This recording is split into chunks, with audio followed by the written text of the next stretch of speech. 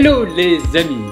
Alors, petit avertissement juste avant de commencer, à vous mes amis vegans, à vous mes amis avec des âmes sensibles, les images que vous allez voir peuvent vous choquer car elles sortent de ce que vous avez l'habitude de voir. Alors, j'entends bien tous les débats sur l'éthique animale, mais cette vidéo-là les dépasse et s'axe sur ma quête personnelle d'enrichissement et de documentation gustative que je partage avec vous. Alors, sans plus attendre, voici la liste par ordre chronologique d'insolites.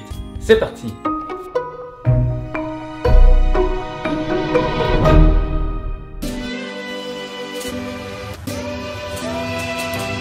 Bon, alors aujourd'hui, au menu, nous avons du cerveau d'agneau composé dans une soupe. Comme je savais que ça allait pas être suffisant pour un repas, on a aussi pris une soupe aux intestins d'agneau. On va déguster ça et puis je vais vous dire ce que ça a comme goût. Donc voilà la soupe, les cerveaux sont là et on voit bien les circonvolutions du cerveau. Voilà. Et là, en fait, il y a deux cerveaux dedans. Il y a deux cerveaux d'agneau dedans. Voilà, on va attaquer ça, c'est parti. Bon, c'est parti, on va voir ça.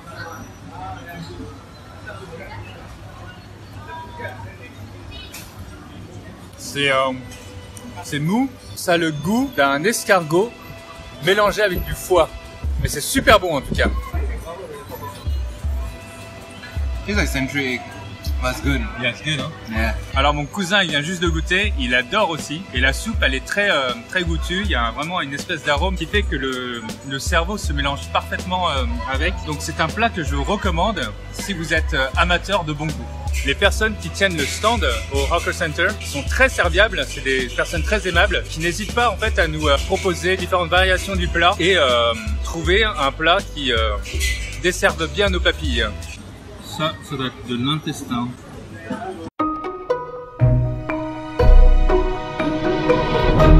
Alors les amis, voici le plat qu'on a voulu tester. Il est finalement arrivé, de la queue de crocodile.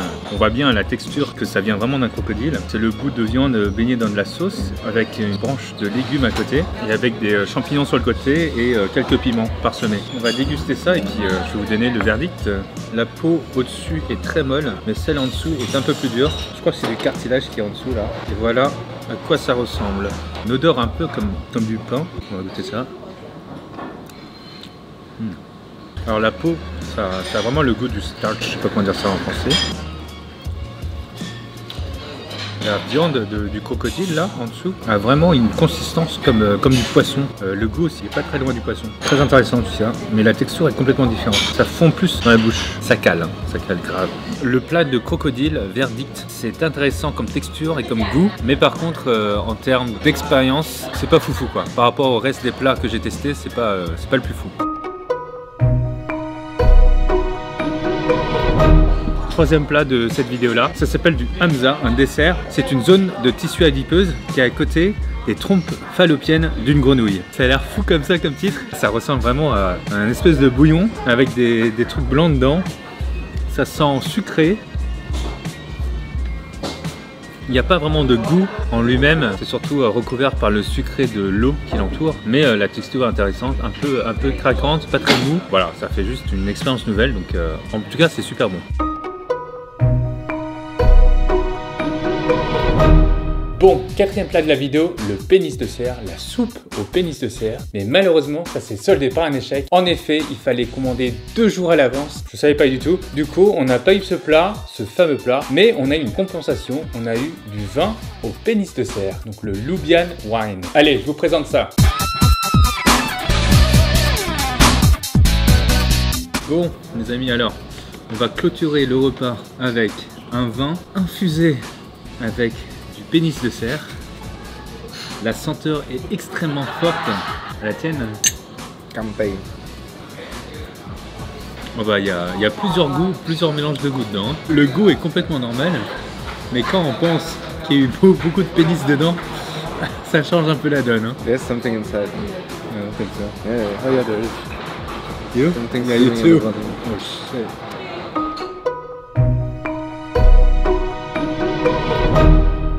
Aujourd'hui, on va avoir du live octopus, ça s'appelle. C'est une pieuvre qui vient fraîchement d'être découpée et qui normalement devrait encore bouger dans notre assiette.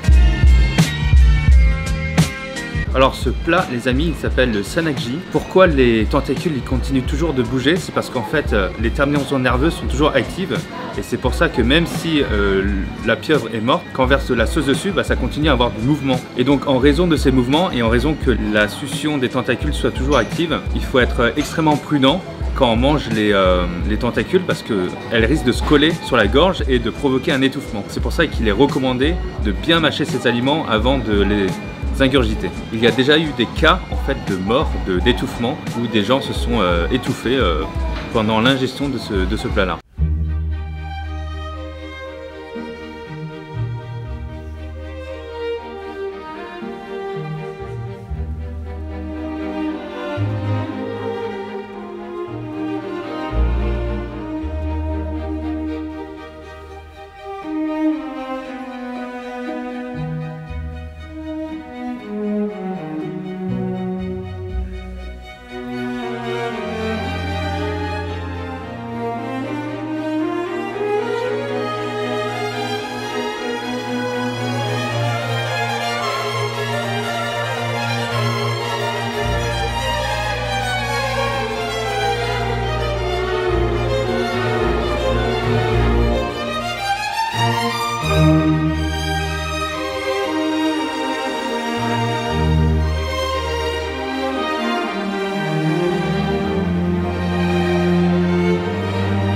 Fameux plat, la pieuvre vivante qui vient d'être fraîchement découpée. Et là on voit bien que la pieuvre bouge toujours. C'est vraiment impressionnant à voir. Voilà, j'ai hâte de tester ça.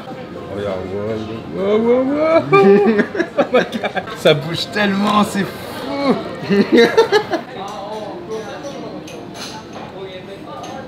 On sent bien les tentacules sur les côtés de la bouche. En tout cas c'est super bon. Verdict, c'est super bon. La sauce se mélange parfaitement au goût de la pieuvre. Ce qui est dur par contre, c'est vraiment de le manger parce que ça colle de partout. C'est un super bon plat qui coûte certes un peu cher parce qu'il coûte 60 $ ici, qui représente à peu près 40-50 €. Tout à fait satisfait de ce plat. Allez, bon appétit.